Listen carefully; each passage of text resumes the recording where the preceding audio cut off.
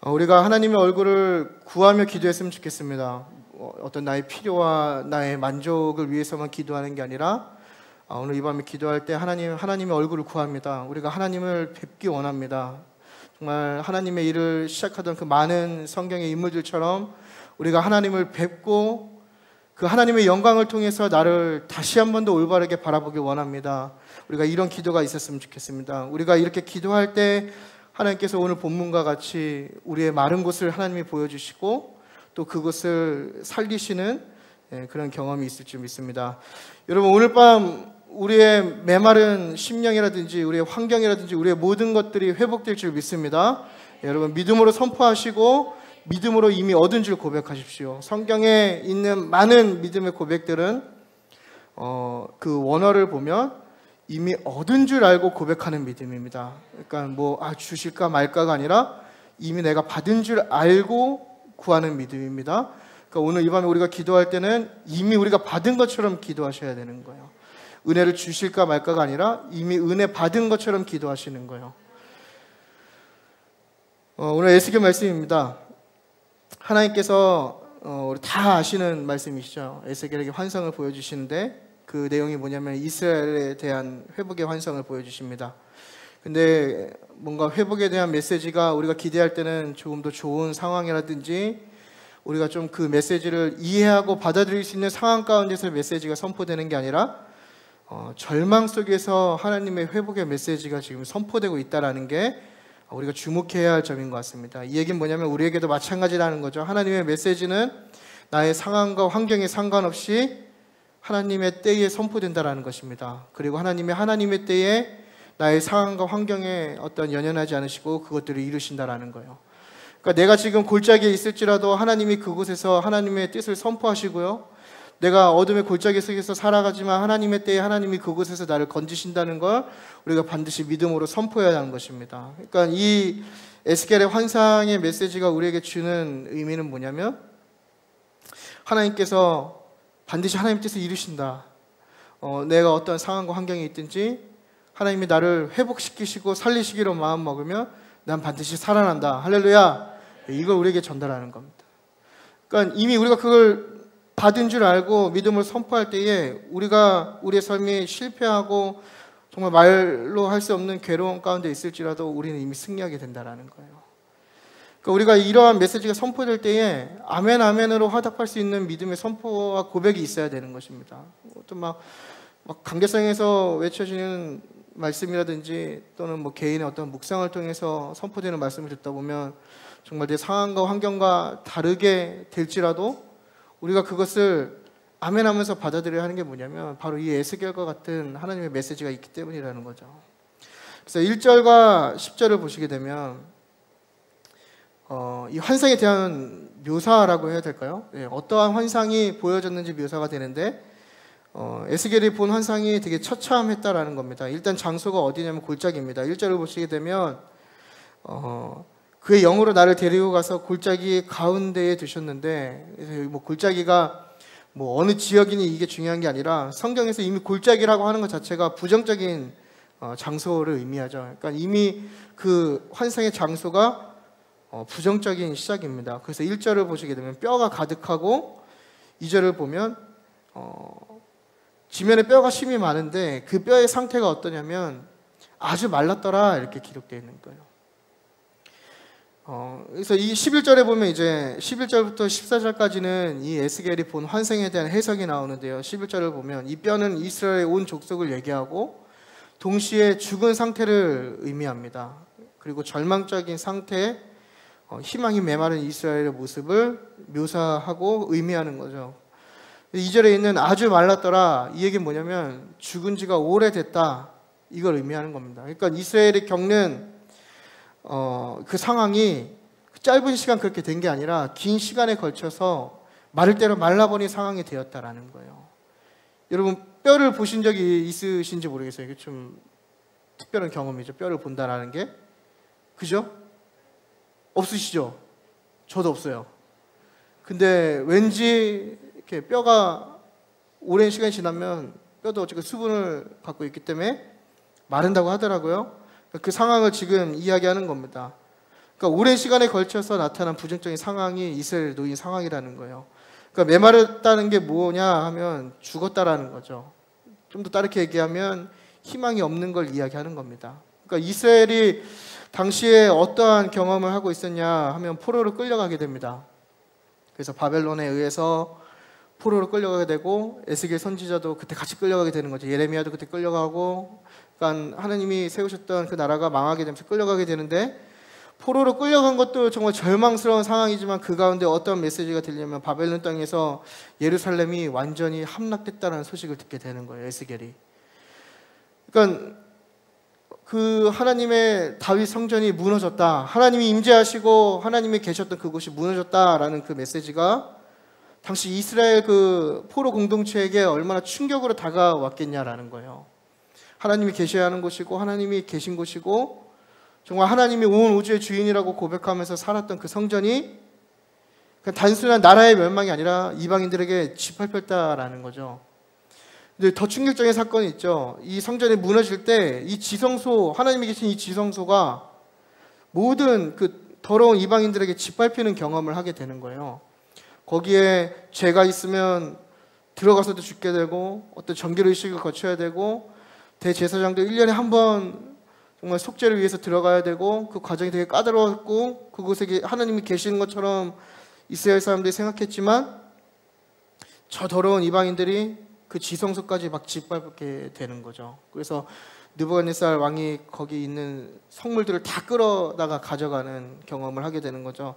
그러니까 포로의 절망적인 상황에 더 절망이 더해지게 되는 겁니다. 그러니까 그들이 지금까지 소유했던 어떤 선민 사상과 그들이 소유했던 신학과 모든 확신과 나아가서 국가로서의 앞으로 회복이 과연 가능할까 하는 그 가능성에 대해서 그 희망을 완전히 포기하게 되는 절망 가운데 놓이는 거죠. 그거를 이스라엘을 뭐라고 표현하냐면 그 상황에 빠진 것을 바로 마른 뼈라고 지금 표현하고 있는 겁니다. 그러니까 당시에 우리가 이스라엘의 공동체라고 생각한다면 어떤 말을 했겠어요? 다들 이 가운데서 끝났다, 그렇죠? 끝났다라고 얘기했죠. 끝났다, 뭐 다 무너졌다, 이제는 뭐 희망이 없다. 그러니까 지금 이스라엘 상태가 그런 상황이 되어 버린 겁니다. 그러니까 11절을 우리 함께 읽어볼까요? 11절 시작.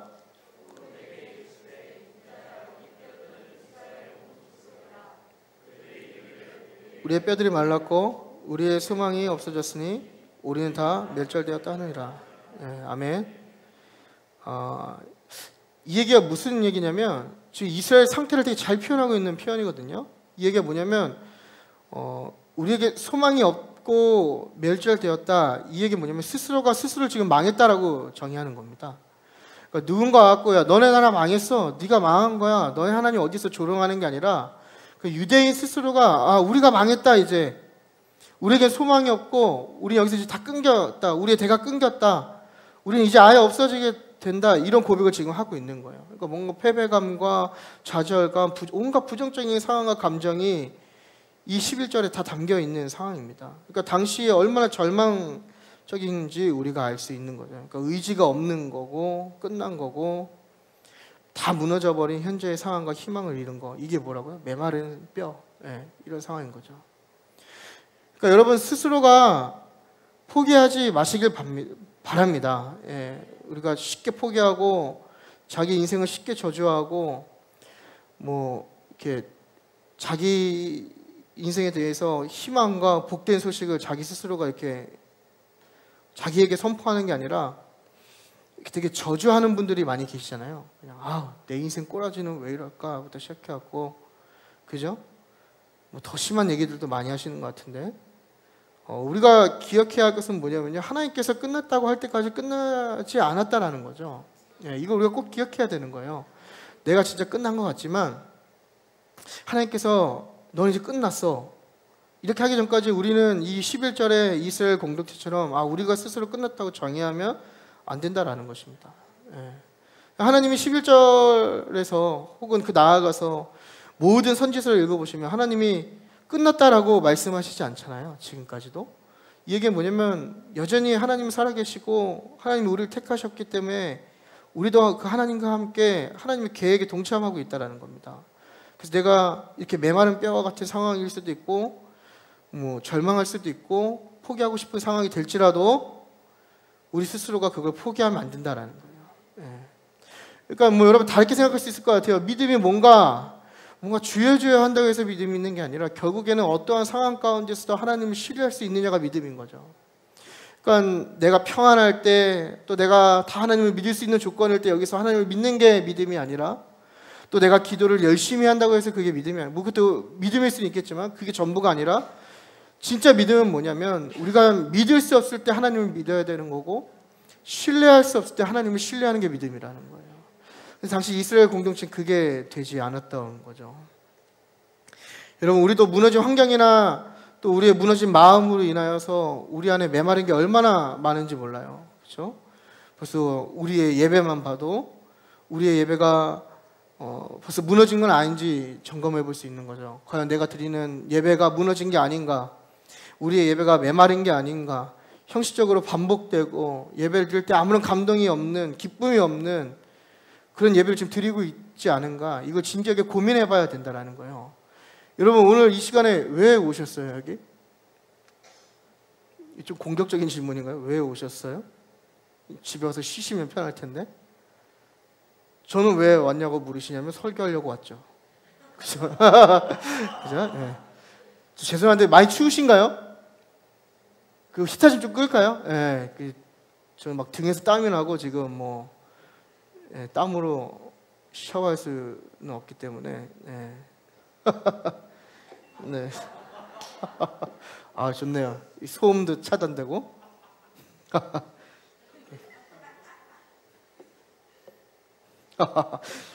네, 할렐루야. 네. 그러니까 우리 안에 이걸 좀 점검할 필요가 있는 것 같습니다. 과연 내가 드리는 예배가 무너진 게 아닌가?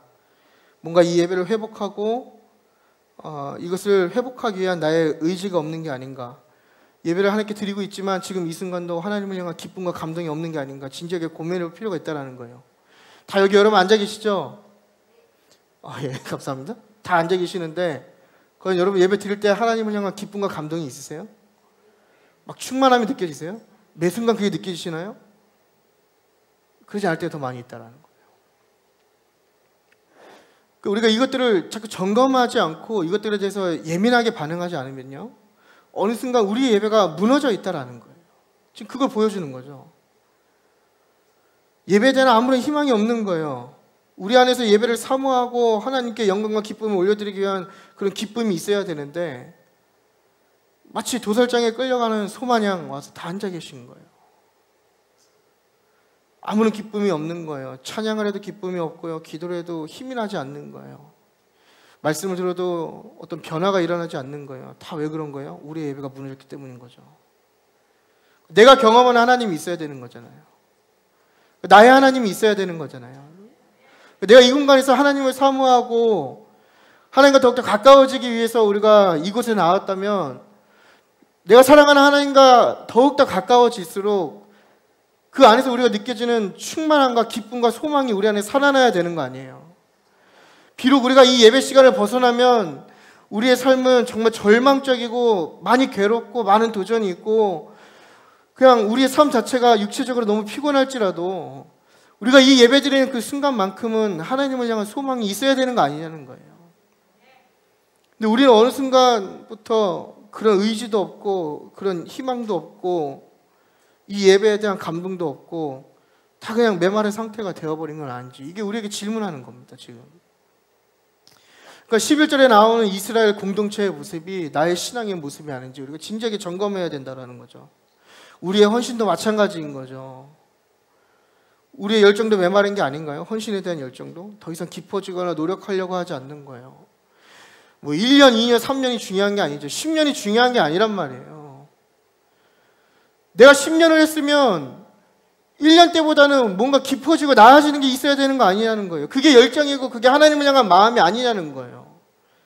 늘 우리는 어떤 핑계만 대는 거예요. 나는 먹고 살기 바쁘기 때문에, 나는 이거 해야 되기 때문에, 나는 여기에 전문가가 아니니까. 여기 다 대부분 헌신자 계시는데 여러분 이거 진지하게 고민해 봐야 됩니다. 정말 모든 사역이 다 해당되는 부분이에요. 내가 청소를, 교회 청소 10년 했으면 청소 박사는 돼 있어야 되는 거 아니에요? 내가 예배팀으로 헌신하면 뭔가 기능적인 자꾸 변화가 있어야 되는 거 아니냐고요. 1년을 하든 10년을 하든 아무런 변화가 없는 거예요. 그런 변화가 없으니까 당연히 소망이 없고 기쁨이 없는 거죠. 여러분 사역하실 때 행복하시나요? 기쁘세요? 정말로 막 행복해서 미치실 것 같아요?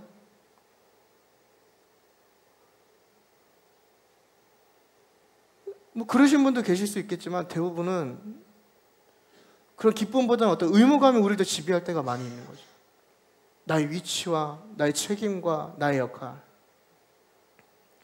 다 우리가 메말라가고 있다는 겁니다. 마른 뼈가 돼가고 있다는 거예요. 주일학교 교사도 마찬가지 아니겠습니까 여러분?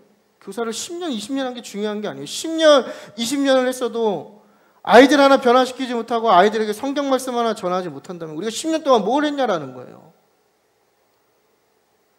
우리는 아이 돌봄 케어 서비스가 아니잖아요.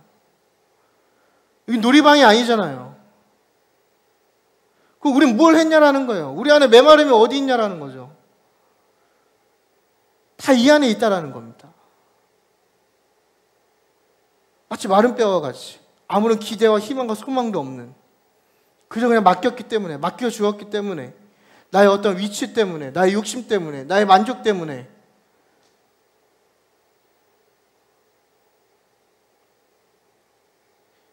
우리의 가정도 마찬가지 아닙니까 여러분? 부모 자식 간의 관계가 무너지는 거 남편과 아내의 관계가 무너지는 거 우리의 사업장이 무너지고 직장 생활이 무너지고 우리의 경제적인 게 무너지고 나아가서 우리의 삶의 비전이 무너지고 우리의 건강도 무너지고 우리의 마음도 무너지고 다 무너지는 거 아니겠습니까 여러분?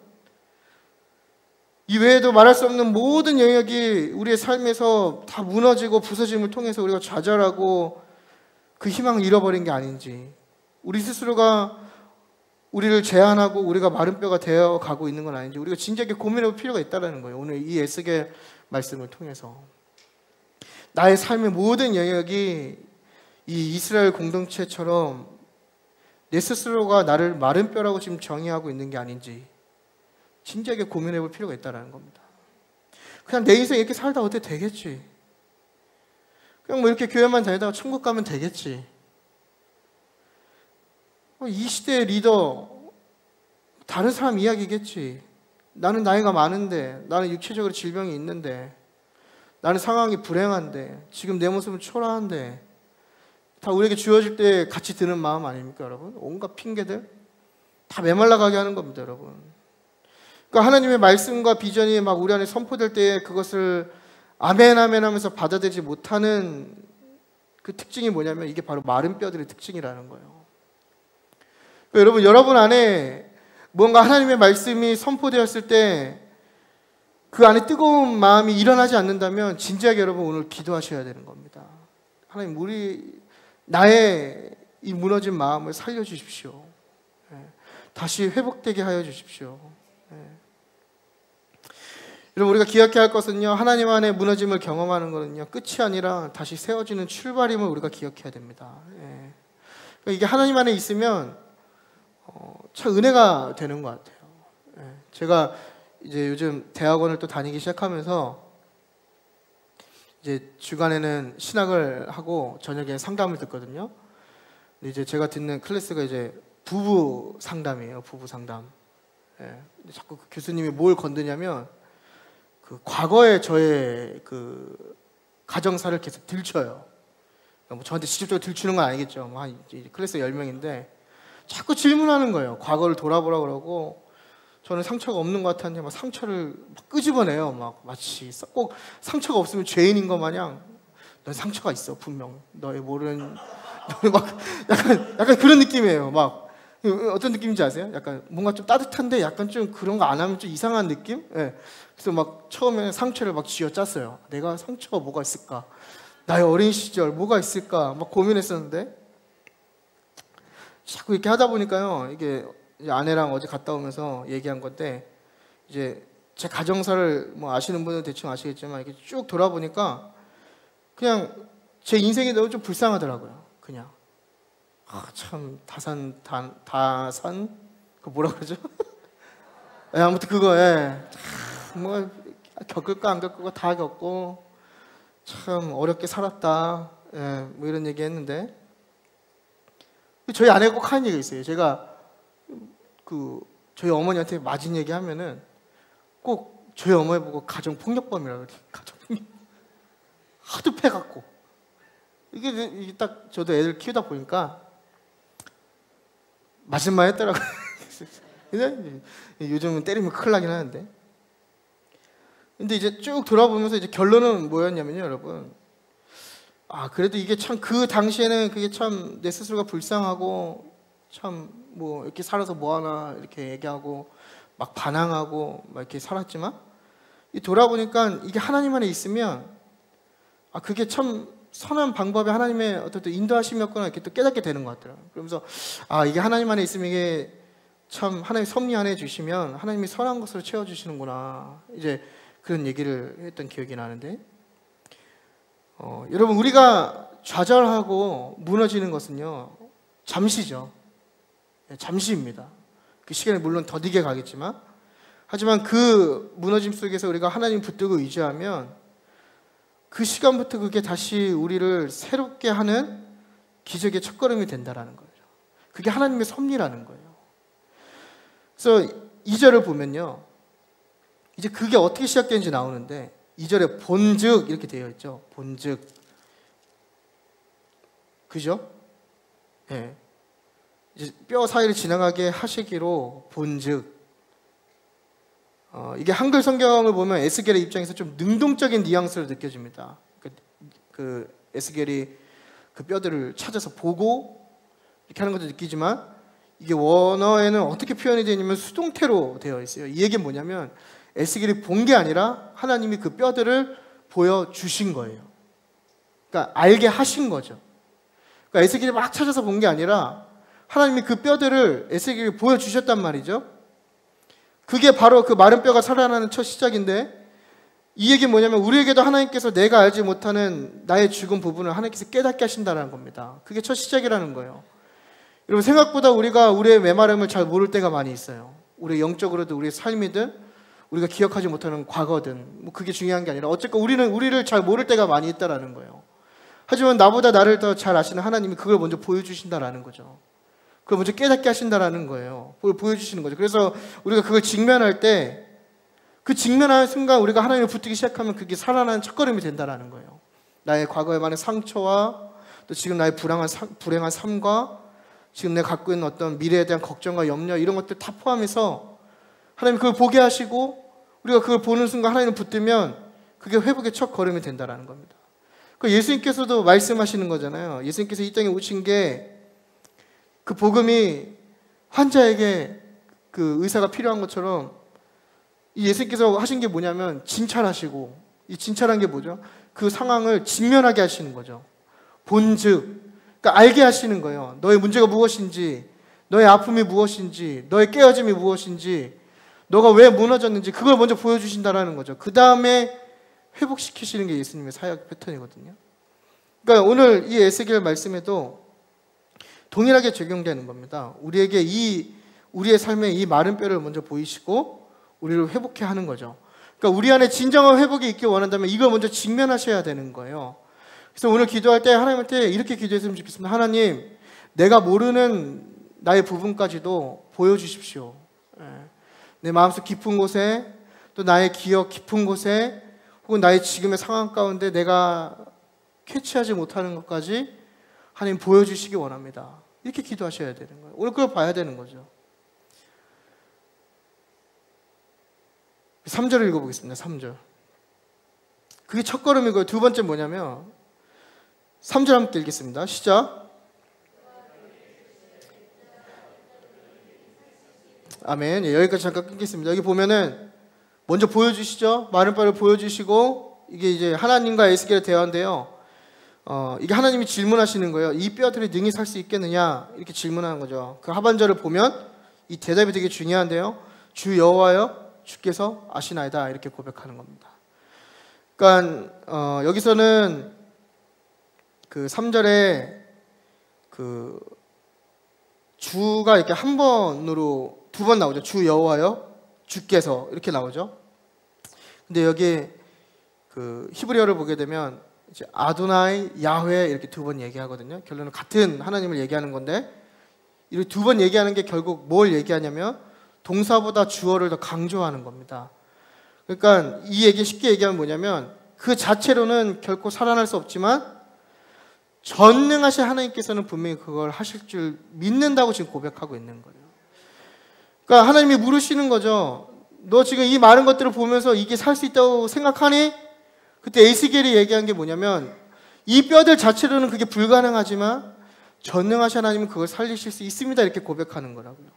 그러니까 여러분 이게 우리의 고백이 되어야 됩니다. 우리가 이걸 믿음으로 선포해야 되는 거예요. 그러니까 하나님 우리에게 먼저 우리의 이 메말라간 것, 병든 것, 죽은 것, 무너진 것 보여주신 다음에 무엇을 물으시냐면 너의 마른 뼈가 살아나겠느냐 이렇게 물으시는 거예요. 너의 과거의 상처가 살아나겠느냐? 너의 깨어진 가정이 살아나겠느냐? 너의 사업장이 살아나겠느냐? 너의 관계가 살아나겠느냐? 너의 없는 비전이 살아나겠느냐? 이렇게 질문하는 거라고요. 사탄은 이러한 질문 가운데 자꾸 우리에게 어떤 마음을 주냐면 무너짐만을 강조하는 거예요. 어떤 절망과 제한됨, 좌절 속에서 계속 우리를 붙드는 거죠.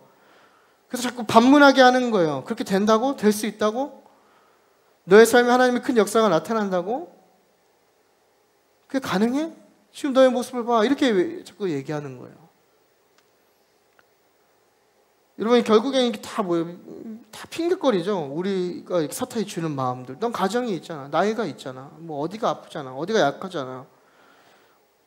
너는 지금 정해진 월급 받으면서 현실에 안주하면서 살잖아. 어떻게 큰 역사를 이룰 수 있겠어? 지금 네가 받는 월급으로 그게 가능해? 여러분 이거 사탄이 주는 마음인 거죠. 현실에 안주하면서 살아. 뭐 그렇게 살고 있으면서 큰 역사를 바라는 거야. 웃기지 마. 지금 이렇게 얘기하는 거예요, 사단은. 그냥 무너진 대로 그냥 희망 없이 살아. 이렇게 얘기하는 거예요. 막 그런 얘기 많이 하죠. 뭐 관계의 회복, 가정의 회복, 뭐 다 회복 얘기하는데 이거 회복 얘기하고 집에 가시면 뭐 딱 들러엎고 한판 하는 거 아니에요, 또? 너무 직설적인 표현이었나요? 다 그런 거 아니겠습니까, 여러분? 아멘 아멘 해놓고 집에 가면은 막 우당탕탕 쾅쾅쾅 쨍그랑 뭐. 근데 들리는 말씀은 가정의 회복이 있다고. 소망이 없는 거 아니겠어요, 여러분? 뭐 얼마나 이런 장면을 보시는지 모르겠지만 전 많이 봤거든요. 그냥 막 우당탕탕탕 뭐 쨍그랑 꽈당땅. 근데 주일날 가면은 막 가정에 복이 있다고 그러고 은혜가 있다고 그러고 하는데 주일날 예배 끝나고 집에 가면서 또 싸우는 거예요. 우당탕탕 꽝꽝꽝. 참. 이게 사단이 주는 마음 아니겠습니까, 여러분? 다 안 된다는 거, 안 된다. 불가능하다. 뭐 리더, 뭐 이 시대를 책임지는 리더. 근데 뭐 학교 가보면 전교 꼴등이고. 이거 뭐 가망성 있나? 내가 봐도 내가 가망성이 없는데 왜 자꾸 하나님 나에게 이런 메시지를 주시지? 뭐 이런 거 아니겠어요, 여러분? 뭐 멀리 얘기할 필요가 뭐 있겠습니까? 뭐 제가 늘 하는 질문이죠. 참 하나님 나 같은 거 왜 부르셔갖고? 응? 여러분들이 저에게 질문하듯 저도 저에게 질문합니다. 예. 가끔 그런 얘기 많이 들어요. 이제 제가 대학원을 다 졸업했잖아요. 이제 그 목회학 석사가 다 끝났기 때문에 이제 뭐 동기들이나 뭐 이렇게 후배들은 다 이제 목사가 되었고 뭐 안수식 초대하고 뭐 이렇게 하는데 그럴 때마다 꼭 받는 질문이 그거예요. 언제 안수 받을 거냐? 제가 뭐라고 얘기하겠어요?